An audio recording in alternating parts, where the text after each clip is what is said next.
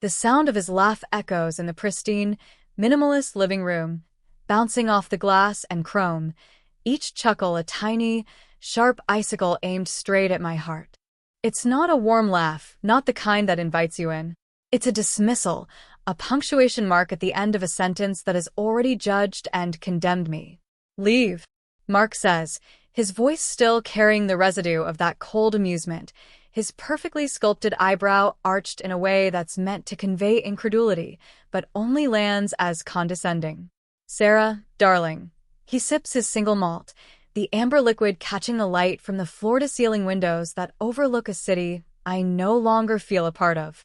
You can't afford to leave me. The words hang there, heavy and suffocating, like the expensive, taste-free air freshener he insists on. He turns back to his tablet, the blue light illuminating the smug satisfaction on his face. He's already moved on. For him, the conversation is over, the verdict delivered. For me, something inside just snapped. A wire, stretched too thin for too long, finally gave way. The city lights blur. My hands are shaking, clenched so tight my nails dig into my palms. I can feel the sting, a small, distant pain in the overwhelming sea of humiliation. He doesn't even see it. He doesn't see me. Not anymore. Maybe he never did. If you've ever felt that chill, that moment when someone tries to define your worth by their terms, tell me in the comments. I read every single one. And if you're new here, please subscribe. Knowing you're listening, it means more than words can say.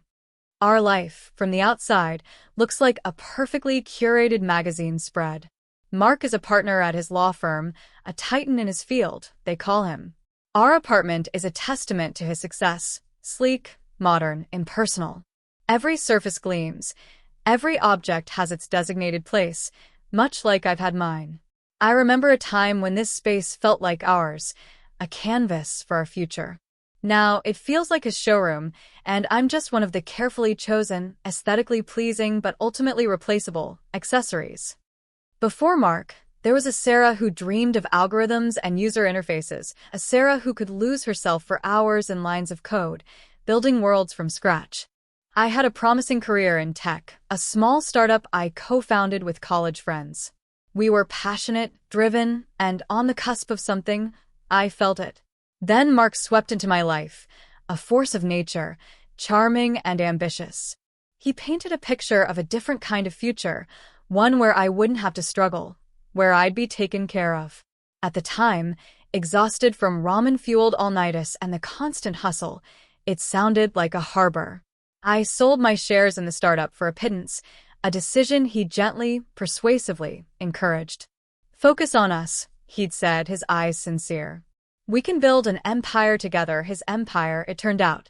My role was to be the supportive wife, the gracious hostess, the silent partner in a life that increasingly felt like it wasn't mine.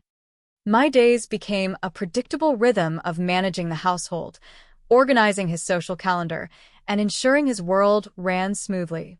My own ambitions were packed away, like old sweaters, deemed unsuitable for this new, glossy life. Occasionally, I'd mention an idea, a tech concept that sparked my interest. He'd pat my hand, a dismissive little smile playing on his lips. That's nice, honey. But let's leave the stress to me, shall we? Each time a little piece of that old Sarah withered. The fire in my belly, once a roaring blaze, dwindled to a pilot light, fiercely guarded but barely there. I told myself it was a phase, that this was what partnership meant, sacrifice. But the emptiness grew, a hollow ache in the center of my chest that no amount of designer clothing or fine dining could fill. He provides, yes. He provides generously. And in return, he expects gratitude, compliance, and for me to stay neatly within the gilded cage he's constructed. The inciting incident, the moment the pilot light inside me flickered, threatening to roar back to life, wasn't a grand, dramatic explosion. It was quiet, insidious, like most of Mark's dismissals. We were at a dinner party, one of his firm's obligatory events. I was seated next to an older partner, a man named Arthur, who, to my surprise, remembered my tech background. He'd read an article about the boom in AI-driven personal assistants and asked for my take. For a few glorious minutes, I felt alive again. I spoke about predictive algorithms, user experience, the potential for truly intuitive support systems. Arthur listened intently, his eyes alight with genuine interest. I felt a spark, a connection to a part of myself I thought long dead. Then Mark, from across the table, interjected with that smooth, charming laugh of his. "Sarah's always got these fascinating little hobbies," he said, addressing Arthur, but looking at me with an indulgent smile that didn't quite reach his eyes. "Keeps her busy, you know," the table chuckled politely. Arthur's interested gaze faltered, replaced by a look of faint, sympathetic embarrassment for me. In that moment, I wasn't his wife, his partner. I was his fascinating little hobby. The fire didn't roar. Instead, a shard of ice formed in my gut. Hobbies. That's all my dreams were to him. That night, lying in our king-sized bed, the vast expanse between us feeling like a frozen tundra, I stared at the ceiling. The city lights painted shifting patterns, but all I saw was the condescending curve of Mark's smile. Sleep wouldn't come. Instead, an old, forgotten hunger clawed its way to the surface. Not for his approval, not anymore. But for myself. For the Sarah who built things, who solved problems, who wasn't a hobby. The next morning, I resurrected my old laptop from the back of the closet. It wheezed to life, a relic from a past I'd been convinced to abandon. The familiar glow of the screen felt like a beacon. My fingers, hesitant at first, found their way back to the keyboard. I started small, sketching out ideas, revisiting old code, immersing myself in the world I'd left behind. It was like finding a hidden spring in a desert. I worked in stolen moments. Early mornings before Mark woke, late nights after he was asleep. Any sliver of time I could carve out of the meticulously structured day he expected me to maintain. I told him I was taking an online course in art history, a suitably wifely pursuit he barely registered beyond a nod. The lie felt small and necessary, a shield for the fragile seedling of an idea I was nurturing. The idea itself began to take shape, a platform or a connect. It would use AI to create genuinely empathetic and personalized mental wellness companions. Not just glorified chatbots, but systems that could learn, adapt, and offer meaningful support, bridging the gap for those who couldn't access or afford traditional therapy or simply needed a non-judgmental space. It was ambitious, complex, and utterly terrifying. And it consumed me. My early struggles were a lonely, uphill battle fought in the shadows of my perfect life. Funding was non-existent. I was bootstrapping with the remnants of my personal savings. Money Mark considered my pin money. Every penny spent on server space or software licenses felt like an act of rebellion. I converted a small, walk-in closet into a makeshift office. It was cramped, windowless, and often smelled faintly of cedar and Mark's stored ski gear, but it was mine. Here, surrounded by flowcharts scribbled on napkins and printouts of research papers, I felt a sense of purpose I hadn't realized I was starving for. The technical challenges were immense. AI had evolved significantly since my last foray. I spent countless hours devouring tutorials, reading white papers, teaching myself new programming languages. There were days I'd stare at a block of code, completely stumped, the frustration so thick I could taste it. Doubt was a constant companion, whispering insidious little suggestions that Mark was right, that I was in over my head, that this was just another fascinating little hobby, destined for failure. Mark's awareness of my project grew slowly, not because I told him, but because the signs became harder to hide. The dark circles under my eyes, my increasing distraction during his work anecdotes, the faint glow of my laptop screen from under the closet door late at night. His initial reaction was amusement. "Still playing with your little computer project, darling?" he'd ask, a smirk playing on his lips. He didn't see it as a threat, merely an odd quirk. He couldn't comprehend a world where my hobby could ever amount to anything that might challenge his reality, his dominance. The worst part was the isolation. I had no team, no mentor, no one to bounce ideas off of. My old tech friends had moved on, busy with their own successful ventures. Reaching out felt like admitting defeat, like crawling back after abandoning them. So, I pushed on alone, fueled by coffee, sheer willpower, and a growing, defiant anger. Every condescending remark from Mark, every dismissive smile, became another log on the fire. He thought he was extinguishing my spirit. He had no idea he was forging it into something harder, sharper. There were small victories, tiny glimmers of hope that kept me going.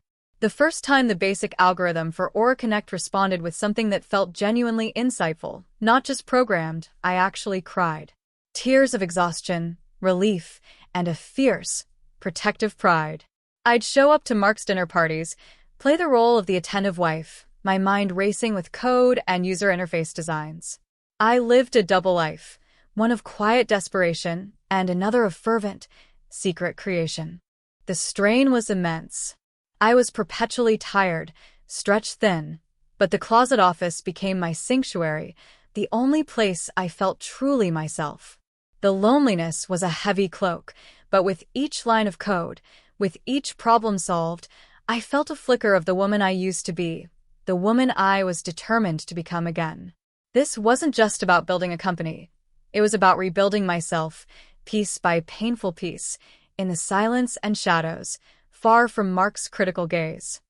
The midpoint shift, the moment the ground beneath my feet tilted and offered a new, albeit perilous, path, arrived not with a bang, but with a hesitant email.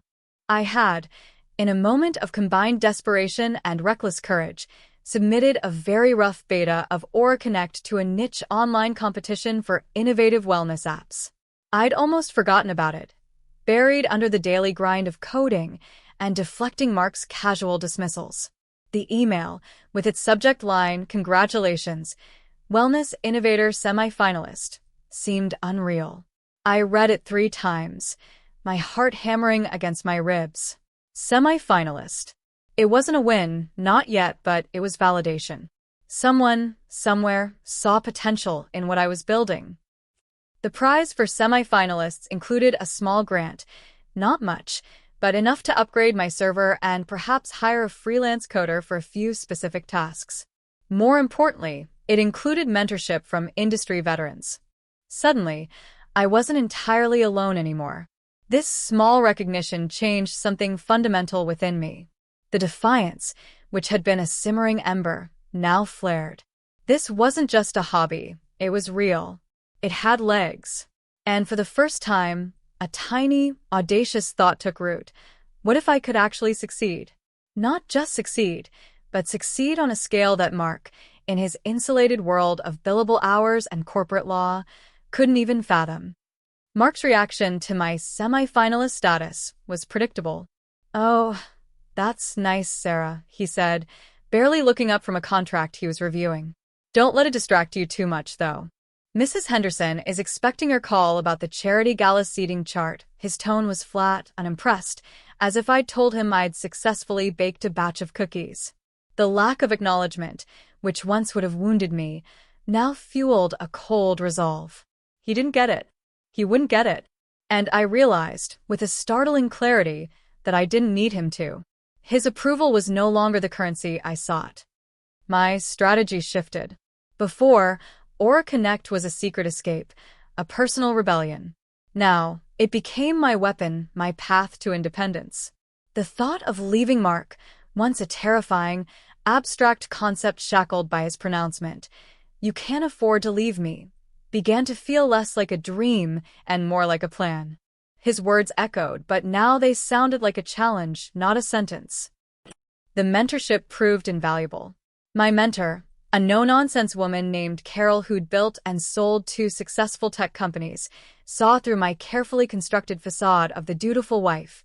Within minutes of our first video call, she saw the exhaustion, yes, but also the fire. She didn't coddle me. She pushed me, challenged my assumptions, and forced me to think bigger. "Stop building this thing in a closet, Sarah," she'd said bluntly.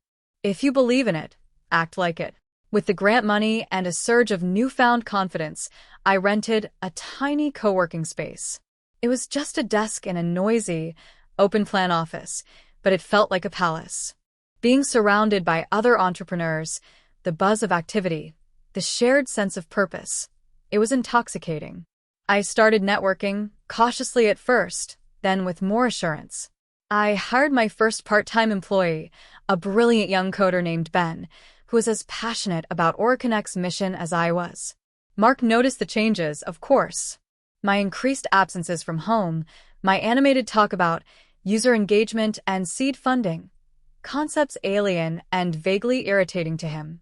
His amusement curdled into something uglier, resentment, suspicion, and a subtle but persistent campaign of sabotage. He'd accidentally delete files from my cloud storage, schedule important social engagements on days he knew I had crucial meetings, make disparaging remarks about my little venture in front of his friends, always masked with that charming, patronizing smile. "She's very earnest," he'd say, and the unspoken, but bless her heart, "she has no idea," hung heavy in the air.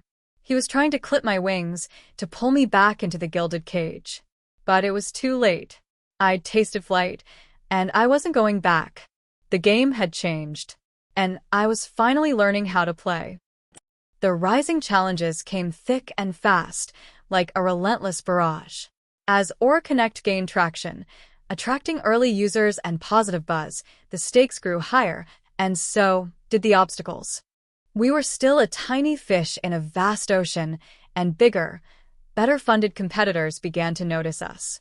One, a behemoth in the wellness app space, launched a feature eerily similar to OraConnect's core AI empathetic response system. It was a body blow. For days, I walked around in a daze, the fear of being crushed before we even had a chance to truly launch gnawing at me. Ben, my young coder, was equally despondent. "They'll just outspend us, outmarket us," he said, his usual optimism extinguished. But Carol, my mentor, was a rock. "So they copied a feature," she said, her voice sharp over the phone. "Does their version have the heart yours does? Does it have your unique algorithm, the one you bled over for months in that damn closet?" No. "Differentiate. Innovate faster. And fight dirty if you have to." Her words were a splash of icy water. She was right. We couldn't compete on budget, but we could compete on authenticity, on the genuine care embedded in our code. We doubled down, refined our AI, focused on building a passionate user community that valued our unique approach. Meanwhile, Mark's sabotage escalated from passive-aggressive to actively destructive.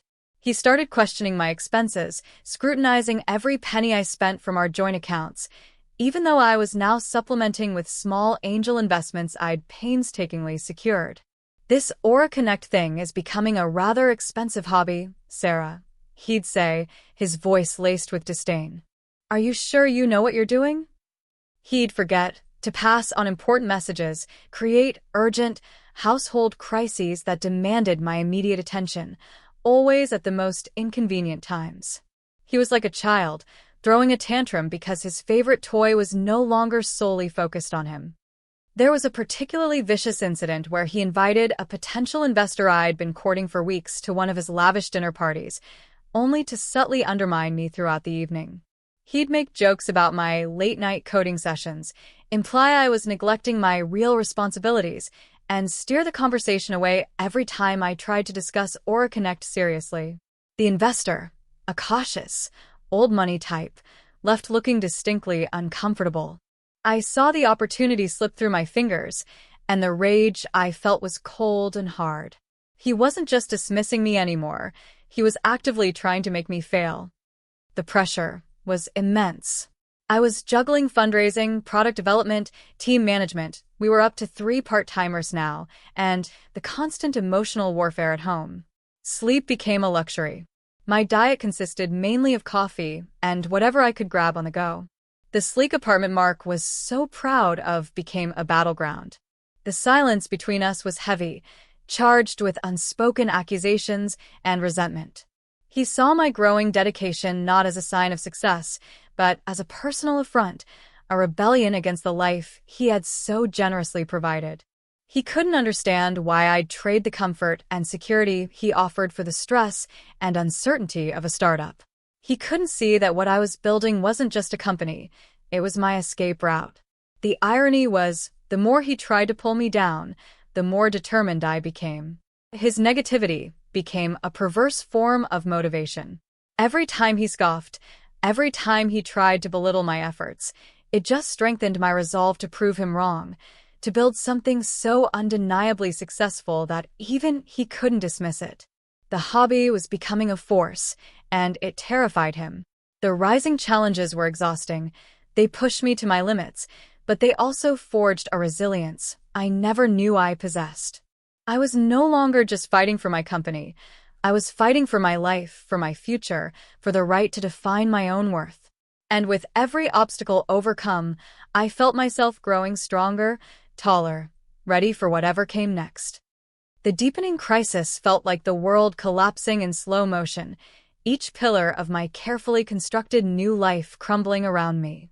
It began with our lead investor, a small venture capital firm that had believed in us early on, suddenly pulling back on a promised second round of funding.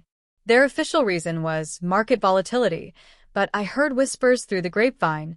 Mark had somehow gotten to one of their partners. Perhaps at a golf game, or over drinks at one of his exclusive clubs.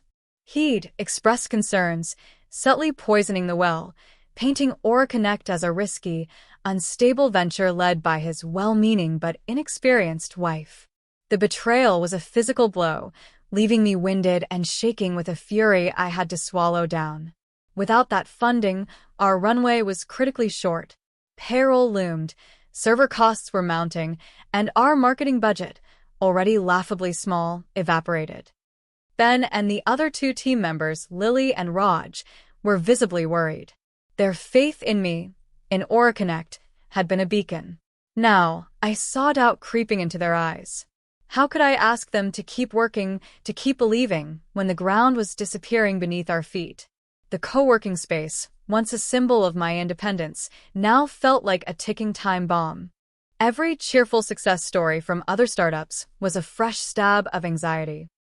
At home, Mark was insufferable. He didn't gloat openly, that wasn't his style.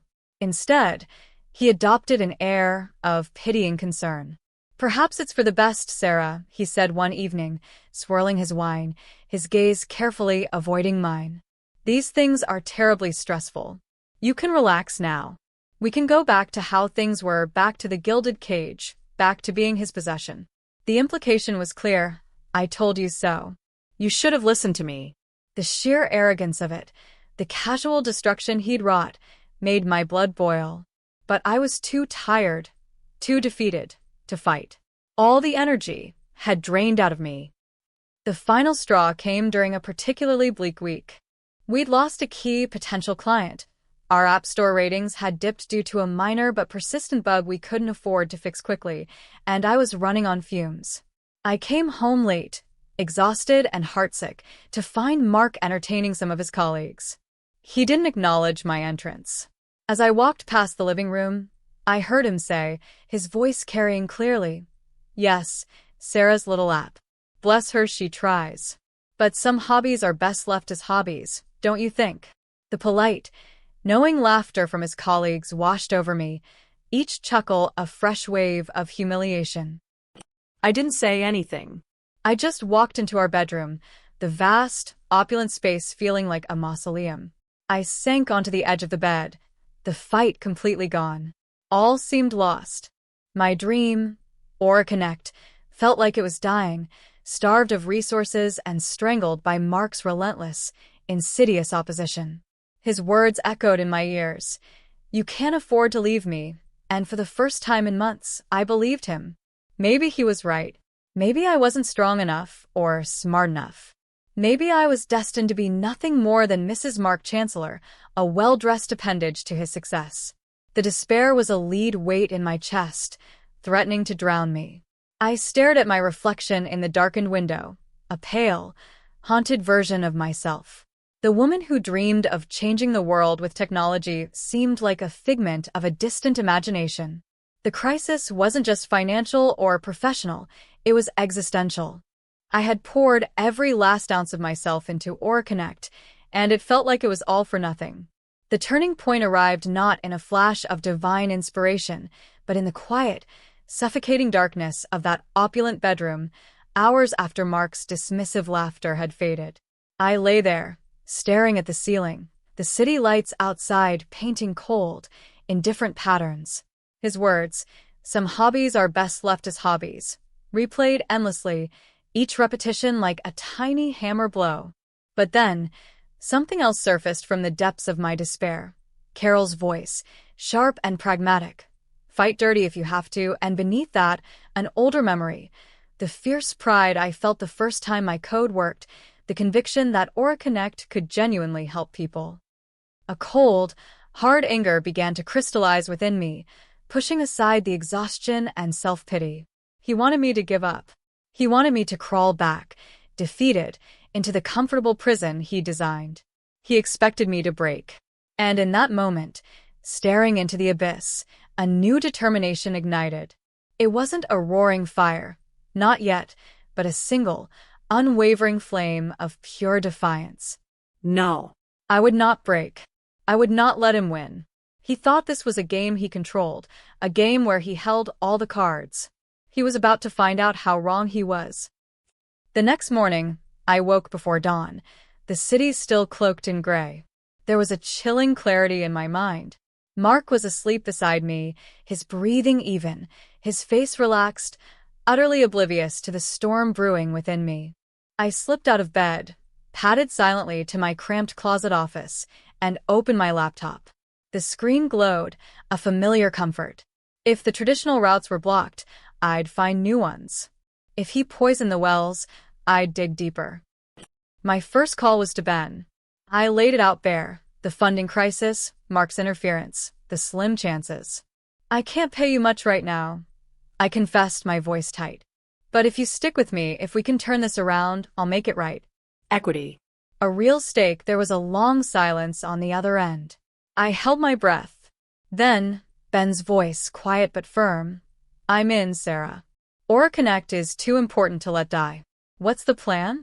Relief washed over me, so potent, it almost buckled my knees. Lily and Raj echoed his commitment. They believed. And their belief was the lifeline I desperately needed. The plan was audacious, bordering on reckless. We couldn't outspend our competitors, so we would outsmart them. We'd focus on a guerrilla marketing strategy, leveraging social media, influencer outreach, the micro kind, the ones with genuine engagement, not just huge follower counts, and building an almost cult-like community around Aura Connect's unique empathetic AI. We'd emphasize our story, the authenticity, the mission-driven approach that the corporate behemoths couldn't replicate. And then, I made the riskiest decision of all. I started looking for a different kind of investor. Not the traditional VCs Mark could influence, but angel investors who were more interested in disruptive tech and mission-driven companies, perhaps even those with a contrarian streak. I found a small, almost obscure network of female tech investors, women who understood the biases and challenges firsthand. Preparing my pitch for them was different. I didn't just talk numbers and projections. I told my story. The real story. The struggle. The dismissals.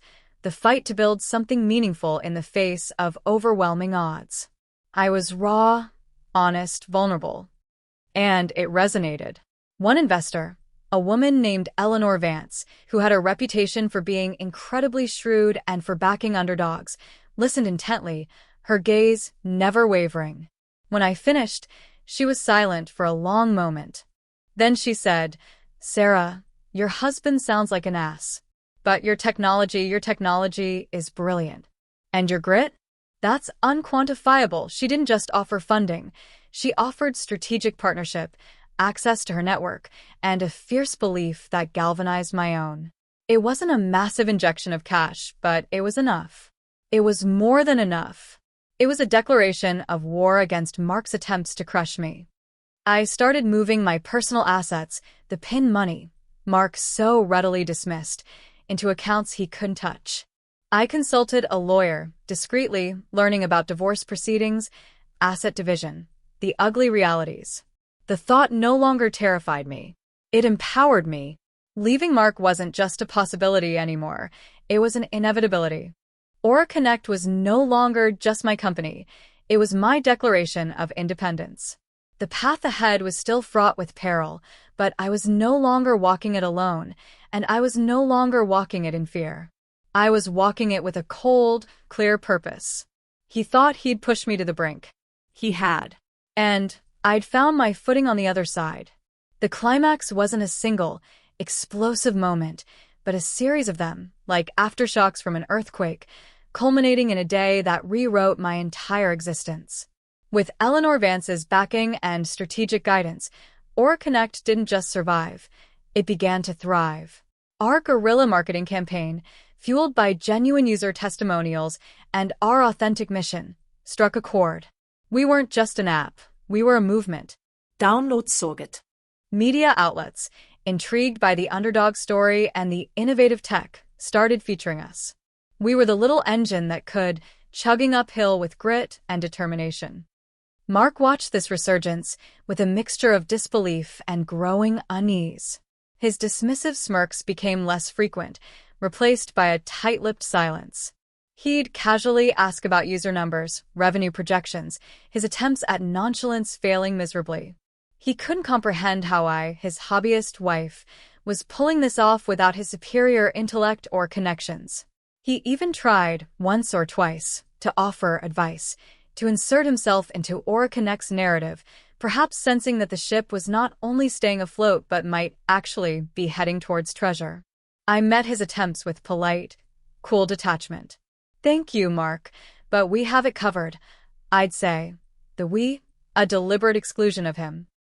The decision to take AuraConnect public, to launch an IPO, was bold, almost audacious for a company of our size and relatively short history.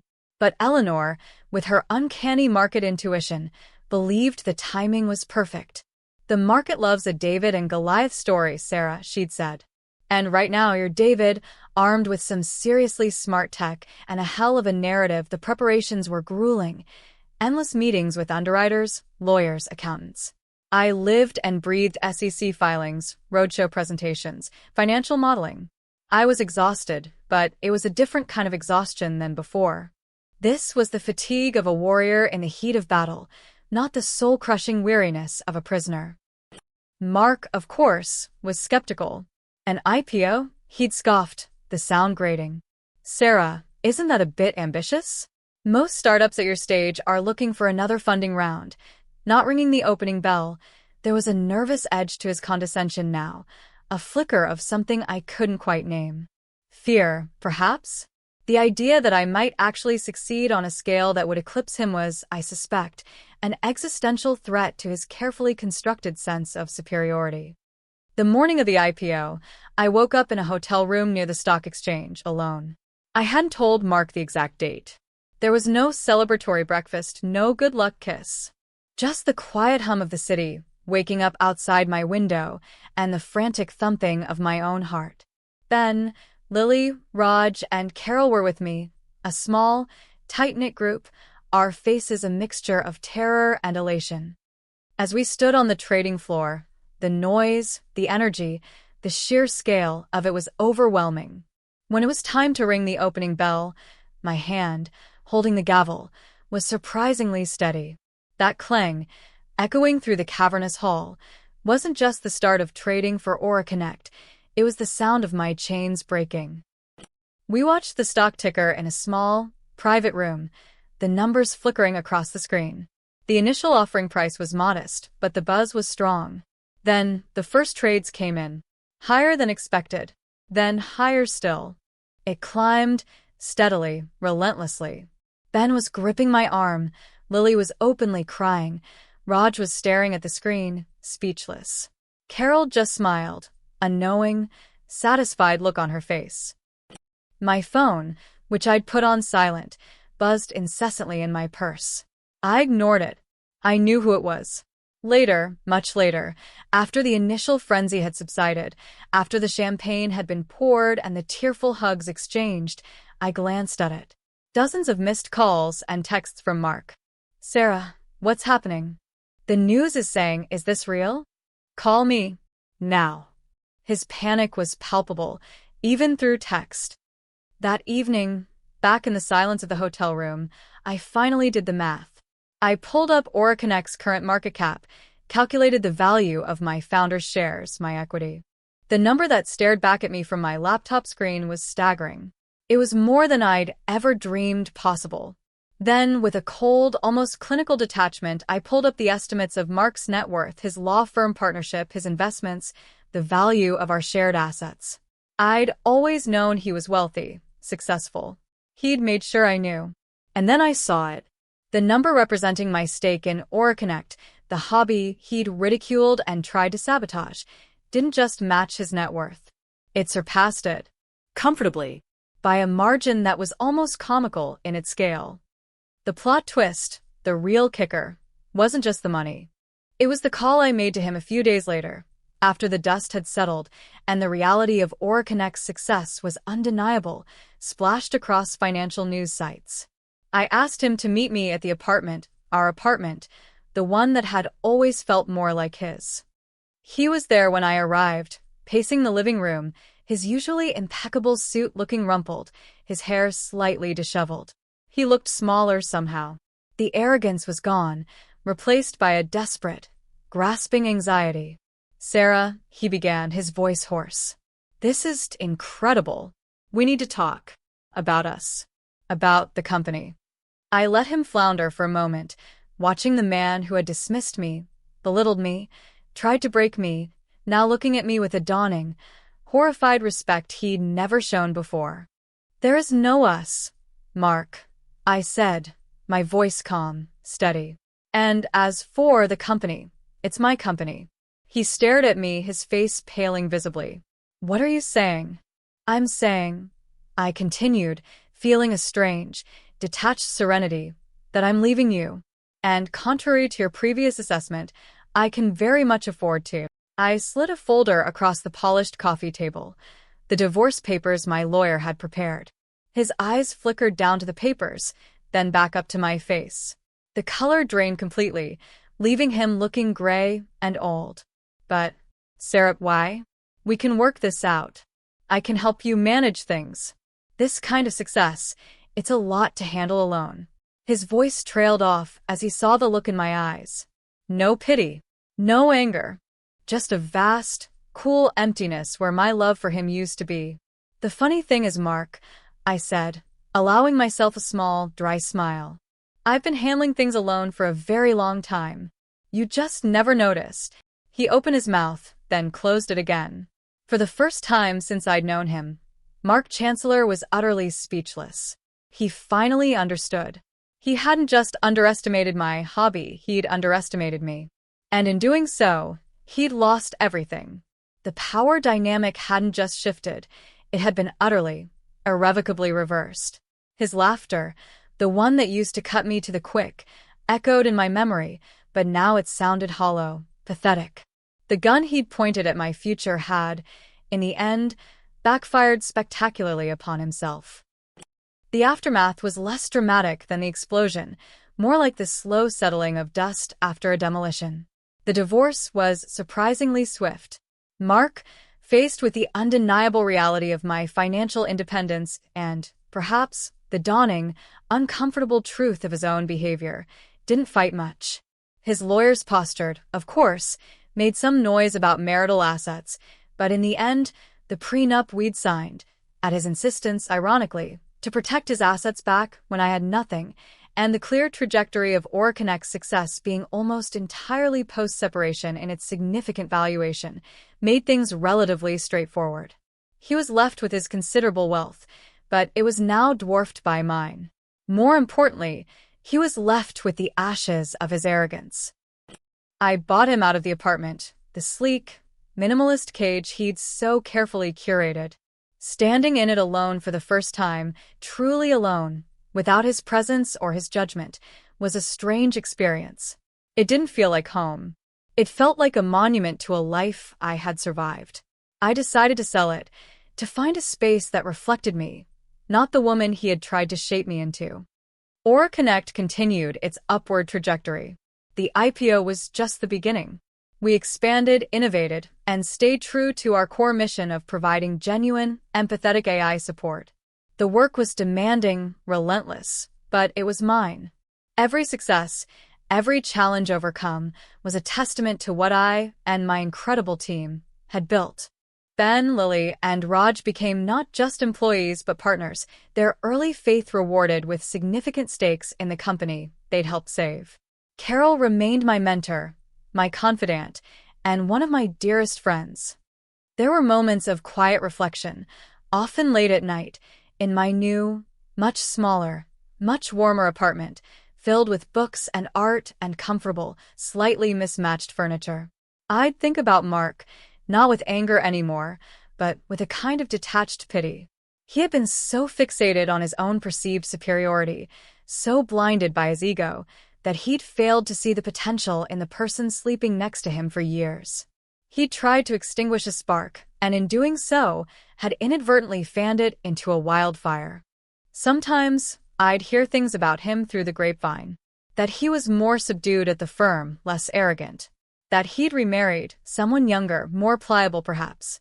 I felt a pang, not of jealousy, but of a lingering sadness for the years I'd lost, the parts of myself I'd allowed to be diminished. But that sadness was always quickly overshadowed by a fierce, quiet pride. I hadn't just built a successful company. I had reclaimed myself. I had found my voice, my strength, my worth, not in relation to anyone else, but within myself. The money was, in many ways, the least important part of it, though it afforded me a freedom I'd never imagined. The true victory was the independence, the self-respect, the knowledge that I had faced down my own demons and the ones Mark had so generously supplied, and I had won. Not by crushing him, but by building myself up, piece by painstaking piece. Life is different now. It's fuller, richer, more authentic. There are still challenges, of course. Running a public company is no easy feat, but now, I face them on my own terms, with a team I trust and a quiet confidence that no amount of condescending laughter can ever shake again. The echo of Mark's words, "You can't afford to leave me," still surfaces sometimes, but now it only makes me smile. A real smile, warm and genuine, because I know, with every fiber of my being, just how wrong he was. If this story resonated with you, if you've ever had to fight to redefine your own worth against someone else's narrative, I'd love to hear your version in the comments.